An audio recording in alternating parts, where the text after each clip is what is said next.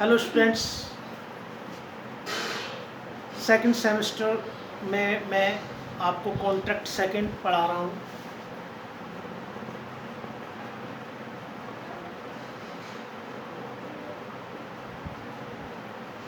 ठीक है, contract first हमने फर्स्ट सेमेस्टर में कंप्लीट किया। कॉन्ट्रैक्ट सेकंड में मैंने बताया था कि इसमें पुअर ड्राफ्टिंग की वजह से सेल ऑफ गुड्स एक्ट और पार्टनरशिप एक्ट इसमें हटा दिया गया।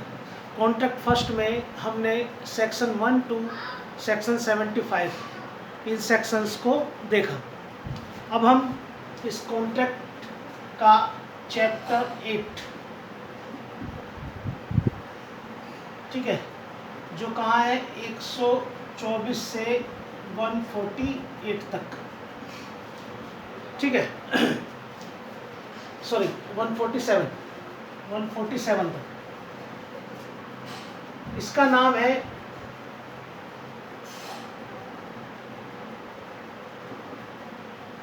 Contract of indemnity and contract of guarantee. Contract of indemnity and contract of guarantee, इस चैप्टर को इसको हमने दो पार्ट्स में डिवाइड कर लिया। ठीक है, कौन सा? कॉन्ट्रैक्ट ऑफ इंडेमनिटी और दूसरा कॉन्ट्रैक्ट ऑफ गारंटी। ठीक है, इसमें हमें दो सेक्शन पढ़ने हैं, 124, 125, और इसमें हमें 126 से 147 ये पूरा, यानी कि कॉन्ट्रैक्ट ऑफ इंडेमनिटी में हमें केवल दो सेक्शन पढ़ने हैं, 124 और 125। ठीक है, इसको भी हम दो पार्ट्स में डिवाइड कर लेते हैं। ठीक है, यहाँ कॉन्ट्रैक्ट ऑफ इंडेमनिटी की क्या है डेफिनेशन, और इसमें right of indemnity holder, right of indemnity holder किसमें? इन डेफिनेशन 124 और 125 में हो गया राइट ऑफ इंडेमनिटी होल्डर। ठीक है, इंडेमनिटी डिफाइन किया गया 124 में। एक बार दोबारा देख लेते हैं। कॉन्ट्रैक्ट सेकंड देखिए, कॉन्ट्रैक्ट सेकंड में आपको बुक्स जो लेनी है वो अवतार सिंह, कपूर या बांगे, इन तीनों में से कोई भी एक किताब आप परचेज कर सकते हैं कॉन्ट्रैक्ट के लिए।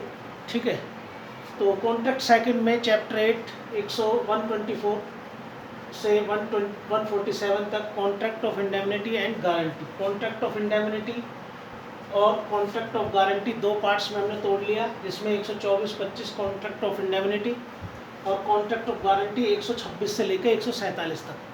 ठीक है, आज जो हमारा टॉपिक रहेगा contract of indemnity. Contract of indemnity में इंडेमनिटी को डिफाइन किया गया है 124 में, और जो राइट है इंडेमनिटी होल्डर के वो हैं 125 में। ठीक है जी,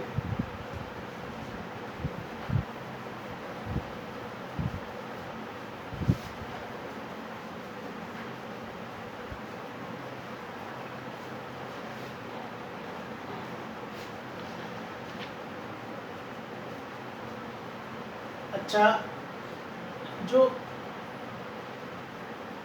इंडेमनिटी,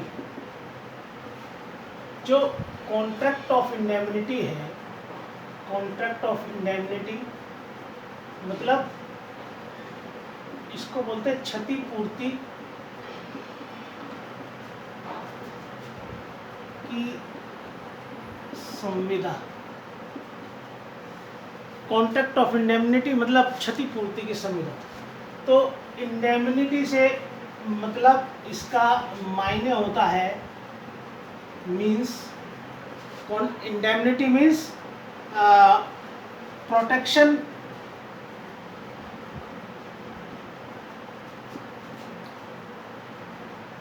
अगेंस्ट लॉस, ये ठीक है। कॉन्ट्रैक्ट ऑफ इंडेमनिटी क्षतिपूर्ति की संविदा। इंडेमनिटी मतलब क्षतिपूर्ति, क्षति की पूर्ति, मीन्स प्रोटेक्शन अगेंस्ट लॉस, या इसको कह लो it is a security against loss, या यूं कह लो it is a compensation against loss. It is a compensation against loss, ठीक है जी। दूसरा, इसमें एक बात ध्यान रखनी है, ये नोट करके डाल लें कि इसमें केवल ह्यूमन कंडक्ट्स यानी कि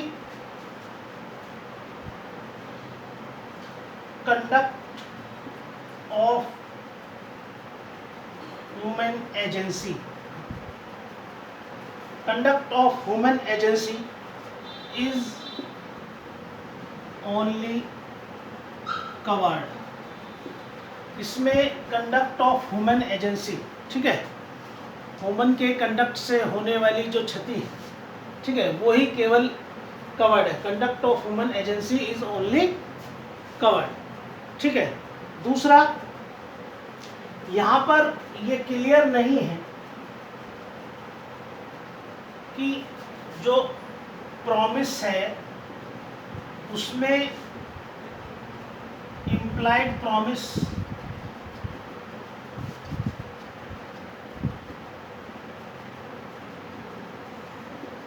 इंक्लूड है या नहीं। यहाँ ये क्लियर नहीं है कि प्रॉमिस में इम्प्लाइड प्रॉमिस शामिल है या नहीं, लेकिन क्योंकि हमारा ये जो कॉन्ट्रैक्ट है ये ब्रिटिशर्स ने बनाया है, ब्रिटिश शासनकाल में ये 1872 का है, ये लागू हुआ। और अगर हम इसमें इंग्लिश लॉ देखें, इंग्लिश लॉ में ये कहा गया है कि प्रॉमिस में इंक्लूड है इम्प्लाइड प्रॉमिस, ठीक है। अगर इंग्लिश लॉ देखें तो प्रॉमिस में इम्प्लाइड प्रॉमिस भी शामिल है, ठीक है, लेकिन इंडियन लॉ में ये क्लियर नहीं है। और ये ध्यान रखना है, इसमें केवल conduct of human agency is only covered, ठीक है। इंडेमनिटी,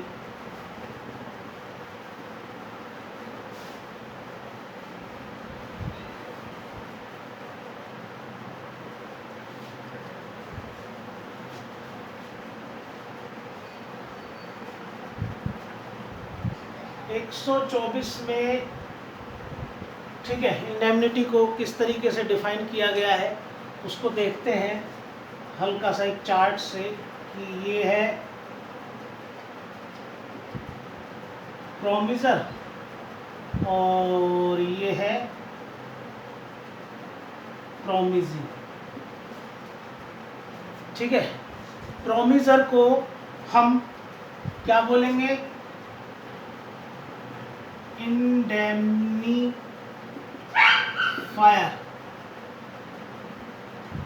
ठीक है। और ये कौन है, इंडेमनिटी होल्डर, ठीक है। ये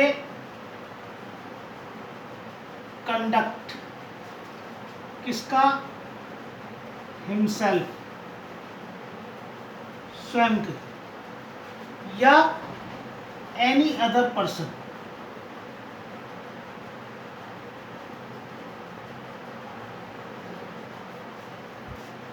कंडक्ट खुद के या दूसरे किसी व्यक्ति के कंडक्ट से होने वाले लॉस से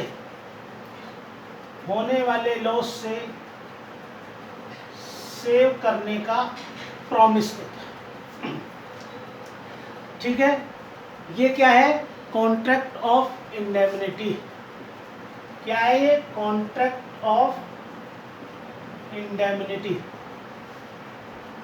ठीक है, जब प्रोमिजर यानी कि इंडेमनीफायर इंडेमनिटी होल्डर को कंडक्ट से अपने या किसी दूसरे व्यक्ति के उसके कंडक्ट से होने वाले लॉस से सेव करने का वचन देता है, तो ये क्या है, ये प्रॉमिस क्या है, ये पूरा क्या है, कॉन्ट्रैक्ट ऑफ इंडेमनिटी होगा। ठीक है, इस पर हम एक इलस्ट्रेशन देख लेते हैं। ठीक है, इलस्ट्रेशन क्या है, ए बी को ये प्रॉमिस करता है कि सी के द्वारा जो भी 200 रुपये तक की ₹200 तक की जो भी इस पर प्रोसीडिंग चलाई जाएगी उससे 200 रुपये तक की प्रोसीडिंग से 200 रुपये तक की प्रोसीडिंग से सेव करने का वचन देता है। ठीक है, तो ये क्या है, ये कॉन्ट्रैक्ट ऑफ इंडेमनिटी। ठीक है, ए बी को सी के द्वारा उस पर चलाई जाने वाली प्रोसीडिंग से 200 रुपये तक की क्षतिपूर्ति की संविदा करता है कि 200 रुपये तक वो उसको सेव करेगा, तो ये क्या होगा, कॉन्ट्रैक्ट ऑफ इंडेमनिटी। ठीक है,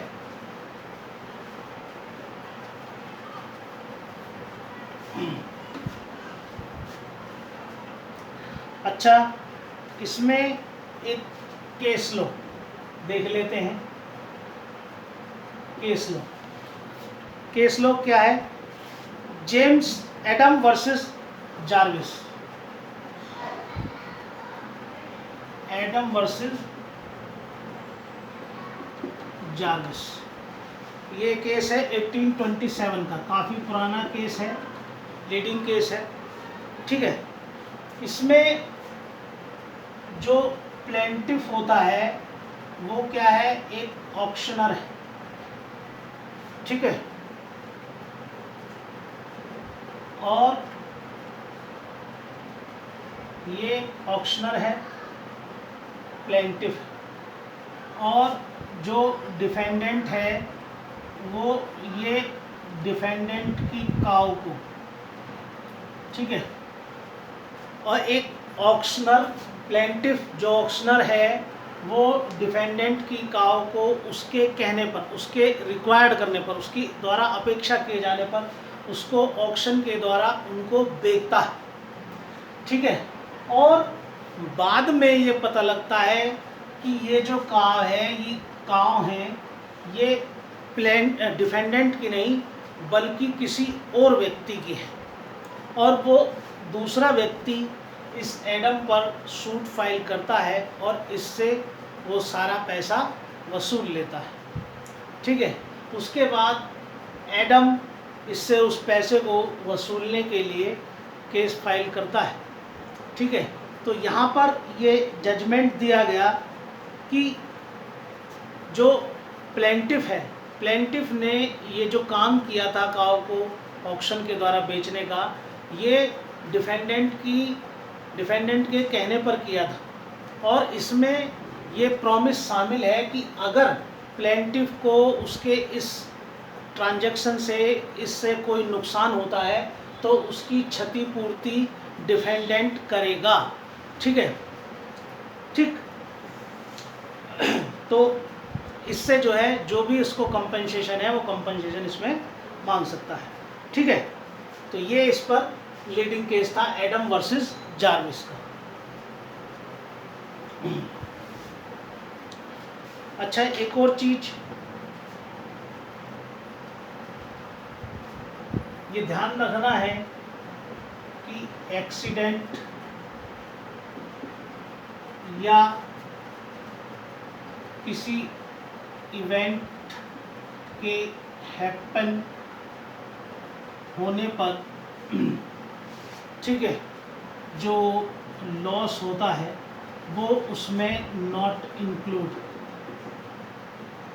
इसमें शामिल नहीं।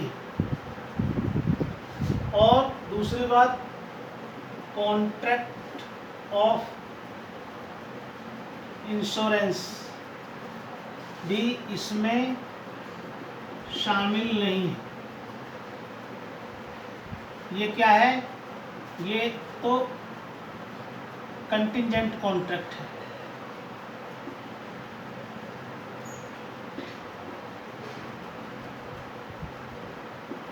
ये कैसा है? कंटिंजेंट कॉन्ट्रैक्ट है ये, कॉन्ट्रैक्ट ऑफ इंश्योरेंस, ठीक है। जबकि इंग्लिश लॉ में लाइफ इंश्योरेंस को छोड़ करके बाकी इंश्योरेंस भी कॉन्ट्रैक्ट ऑफ इंडेमनिटी में शामिल, लेकिन यहाँ पर एक्सीडेंट और किसी इवेंट के हैपन होने से जो लॉस हुआ वो इसमें शामिल नहीं है। दूसरा, कॉन्ट्रैक्ट ऑफ इंश्योरेंस भी इसमें शामिल नहीं है क्योंकि ये कंटिंजेंट कॉन्ट्रैक्ट में आता है, ठीक है।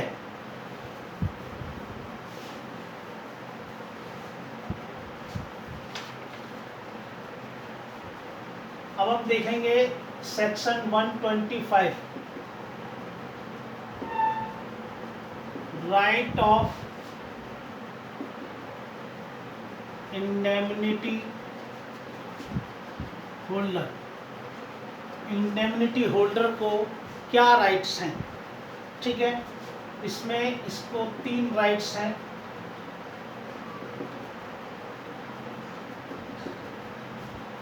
तीन राइट्स क्या? पहला, ऑल डैमेज,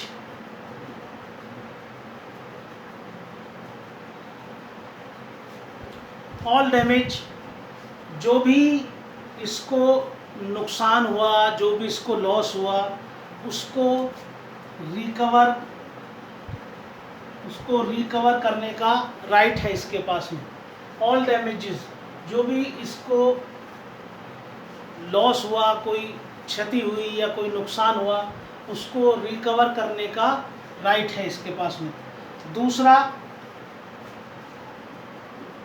ऑल कॉस्ट्स, ठीक है, जो भी किसी उस सूट को इंस्टीट्यूट करने में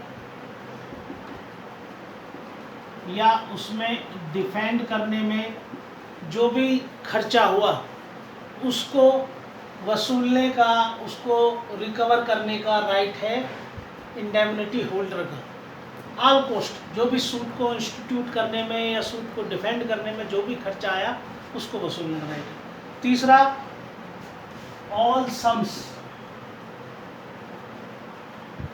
जो भी धनराशि, ठीक है, जो उसने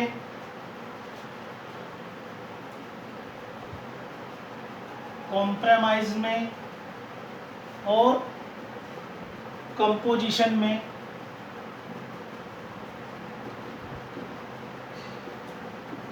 जो भी कॉम्प्रोमाइज, इस तरीके इसमें कॉम्प्रोमाइज़ करने में या कंपोजिशन करने में जो भी उसको पैसा खर्च करना पड़ा, वो सारा सम्स, वो सारी धनराशियाँ भी वसूलने का इसको राइट, ठीक है। तो ये 125 में इंडेमनिटी होल्डर के राइट्स दिए हुए, ये हमने कर लिया। इसी के साथ हमारा कॉन्ट्रैक्ट ऑफ इंडेमनिटी यानी कि क्षतिपूर्ति की संविदा कंप्लीट होता है, ठीक है स्टूडेंट्स। तो हमने ये देखा कि 124 में इंडेमनिटी को डिफाइन किया गया है, जिसमें प्रोमिजर अपने कंडक्ट से या किसी दूसरे व्यक्ति के कंडक्ट से होने वाले लॉस से सेव करने का वचन देता है प्रोमिसी को, ठीक है। ये क्या है? ये कॉन्ट्रैक्ट ऑफ इंडेमनिटी, ठीक है, जिसको डिफाइन किया गया है 124 में। और 125 में इंडेमनिटी होल्डर के राइट्स हैं, जिसमें ऑल डैमेजेस, ऑल कॉस्ट्स और ऑल सम्स को लेने का इसको राइट है। ठीक है स्टूडेंट्स, नेक्स्ट वीडियो में कुछ और देखेंगे। Okay, thank you.